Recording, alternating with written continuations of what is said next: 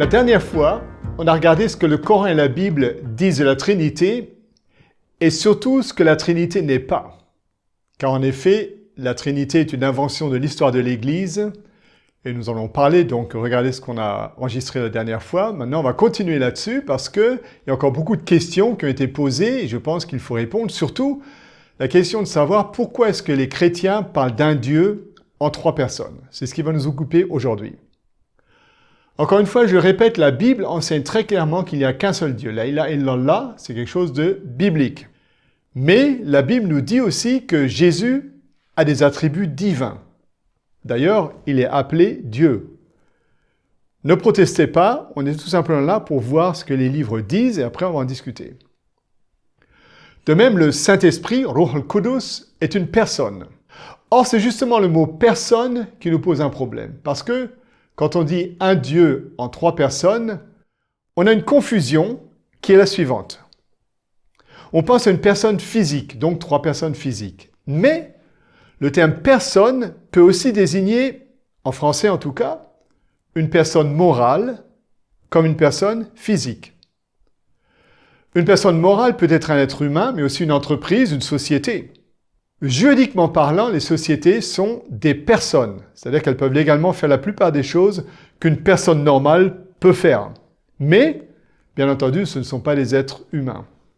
En droit, une personne humaine est appelée personne physique, et une personne non humaine, c'est-à-dire une personne morale, est appelée personne juridique. Je sais que c'est un peu compliqué, mais je vais vous expliquer ça avec une petite image. Un petit exemple. J'ai amené aujourd'hui mon passeport. Avec ce passeport, je peux voyager, je peux prendre l'avion, passer les frontières. Dedans, il y a mon nom, d'ailleurs écrit en grosses lettres, en capitale, puisque ce passeport, c'est moi en tant que personne juridique. Je suis une personne physique, mais mon passeport, c'est moi en personne morale. Avec mon passeport, vous n'allez pas pouvoir voyager, et avec votre passeport, je ne vais pas pouvoir voyager, parce que si je prends votre passeport, on va dire à la douane, ça, monsieur, c'est pas vous. D'ailleurs, j'ai même 2 passeports, puisque je voyage beaucoup, et tous les 2, c'est moi. Donc, y a-t-il 3 Sylvain Romain? 1, 2, 3? Bien sûr que non. Il n'y en a qu'un. On peut même ajouter qu'avec mon portable, je peux faire une photo et en faire une copie sur papier pour l'envoyer à ma femme ou à mes enfants ou à vous. On peut même l'envoyer sur WhatsApp en 0 dimension, c'est-à-dire en dossier. Sur WhatsApp, sur Facebook. Et peu importe qu'il y en ait 1000 personnes ou 100 personnes ou 1 million de personnes qui regardent ça, eh bien, il y a toujours un seul Sylvain Romain. Vous aussi, vous êtes unique. Et pourtant, vous avez un passeport, vous avez des images. Lorsqu'on roule trop vite en Allemagne ou en Europe, on me prend en photo et on m'envoie une lettre en disant « Regardez, ça c'est votre photo, c'est vous, donc vous devez payer. » Et je ne peux pas dire « ça c'est pas moi » car c'est moi, donc si c'est moi, je dois payer. Ça veut dire quoi? Ça veut dire qu'il y a un seul Sylvain, un seul Ahmed, chacun d'entre nous est unique, mais il peut être une personne physique, donc en 3 dimensions si vous voulez, mais aussi une personne, j'allais dire, en 2 dimensions, ça c'est sur papier, qu'on peut copier, reproduire, et une personne en 0 dimension sur Internet. Et pourtant, chacun d'entre nous est un être unique. C'est un peu ce qui m'explique ce que Dieu est. Dieu est en haut, il n'est pas 3-dimensionnel, il est 4, 5, 1 million dimensionnel, j'en sais rien. Et nous sommes sur Terre et ne pouvons pas comprendre ce Dieu. Tout comme vous pouvez faire un bisou à une image, vous pouvez parler à une image, mais l'image ne peut pas vous entendre, elle ne peut pas vous répondre. De même, Dieu pourrait nous parler peut-être, mais nous ne pouvons pas le comprendre, et surtout, nous ne pouvons pas le voir, ni lui répondre. Alors, qu'est-ce qui va se passer?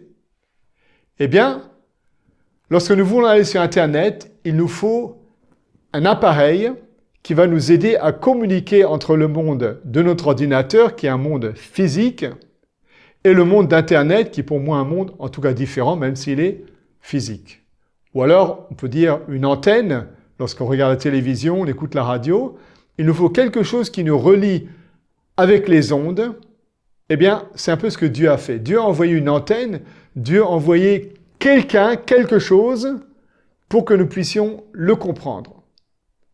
Et la Bible appelle ceci l'image de Dieu. Attention, je sais que autant la Bible dans l'Ancien et le Nouveau Testament que le Coran nous dit « Ne vous faites pas d'image de Dieu ». Ça, c'est un commandement très important. Cependant, lui, Dieu envoie une image.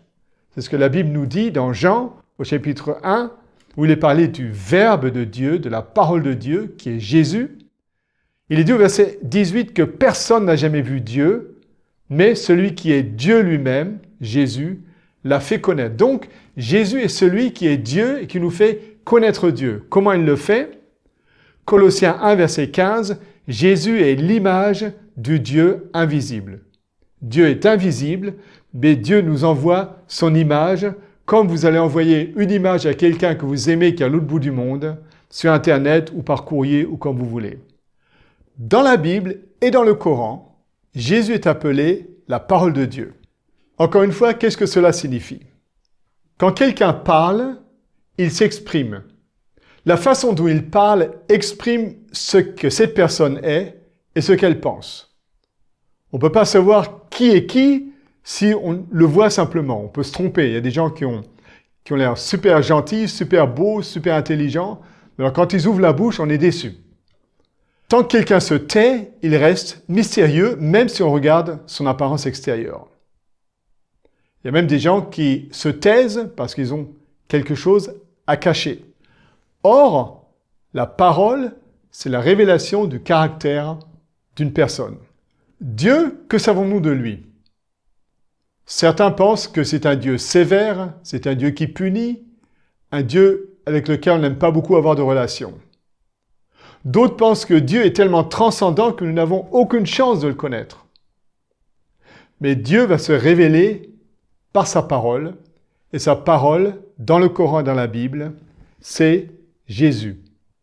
Et Jésus, Al-Masih et Isa ibn Maryam, vont nous révéler un Dieu qui nous aime, un Dieu qui est là pour les pauvres, pour les veuves, pour les malades, pour les gens qui étaient en dehors de la société. On va reparler beaucoup de cela, mais sachez que le Coran l'appelle Rahmat Minhu, donc une miséricorde venant de Dieu. Une parole venant de Dieu, et aussi Ruh Minhu, un esprit venant de lui. Le Coran dit qu'il est glorieux dans ce monde et dans l'autre, qu'il fait partie des proches d'Allah, Jésus. Alors, quiconque écoute cette parole est automatiquement en relation avec cette merveilleuse miséricorde qui est Allah Rahman Rahim. Quand Jésus était sur terre, les gens pouvaient le voir, l'entendre, discuter avec lui, le toucher. Et c'est pour ça qu'ils pouvaient voir et comprendre qui est Dieu.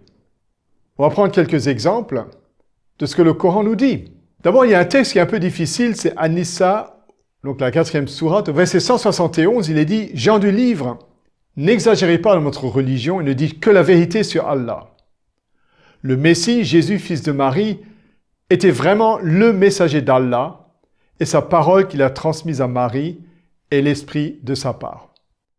Petite remarque, beaucoup interprètent ce texte en disant « Oh, vous les chrétiens, vous exagérez. » Jésus n'est qu'un messager d'Allah. Mais le contexte de ce texte montre très clairement qu'ici, le Coran s'adresse aux Juifs. À des Juifs qui n'acceptaient pas, qui n'ont jamais accepté que Jésus soit le Messie. Et le texte de dire « Oh, vous les Juifs, ne déviez pas dans votre religion, ne dites que la vérité sur Allah. » Innama, vraiment, véritablement, Jésus était le messager d'Allah. Beaucoup disent qu'il n'était que le messager, c'est pas vrai. Vous avez le même mot un peu plus loin lorsqu'il est dit « Innama Allah, Dieu ». Allah est vraiment un seul Dieu.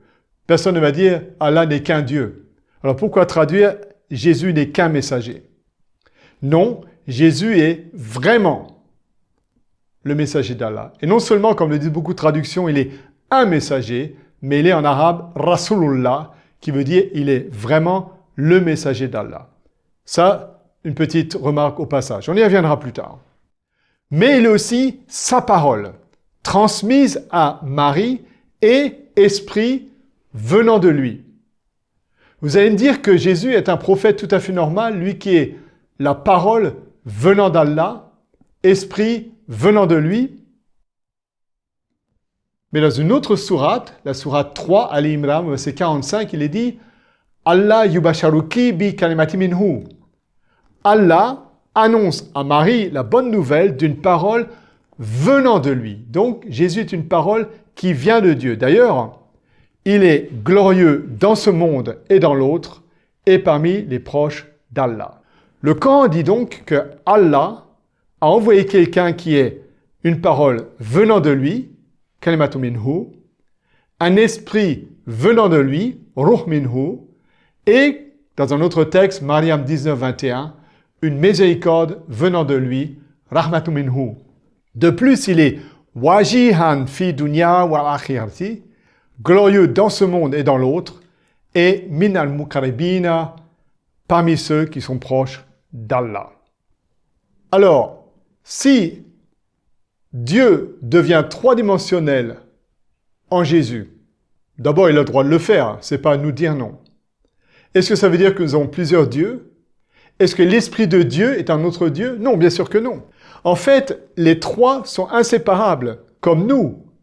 Nous ne pouvons pas séparer nous-mêmes ce que nous disons et notre esprit. Si nous séparons notre parole de nous, alors nous ne pouvons plus parler. Si nous séparons notre esprit de notre corps, pour ainsi dire, nous sommes morts. De même, on ne peut pas séparer Dieu, sa parole et son esprit, bien qu'il soit dans la Bible et dans le Coran, des manifestations, pour ainsi dire, différentes du même Dieu. Est-ce que vous pouvez expliquer cela? Moi, je ne peux pas. C'est un mystère. Mais c'est ce que le Coran et la Bible nous disent. Donc, acceptons-le. Et même si nous ne comprenons pas tout, ce n'est pas grave. L'important, c'est que nous ayons un seul Dieu qui s'est révélé en Jésus, qui a révélé sa miséricorde. Et le plus important, c'est de savoir que Dieu est au-dessous de tout et de tous. Allahu Akbar. Merci encore une fois d'être avec nous. Assalamu alaikum et à la semaine prochaine.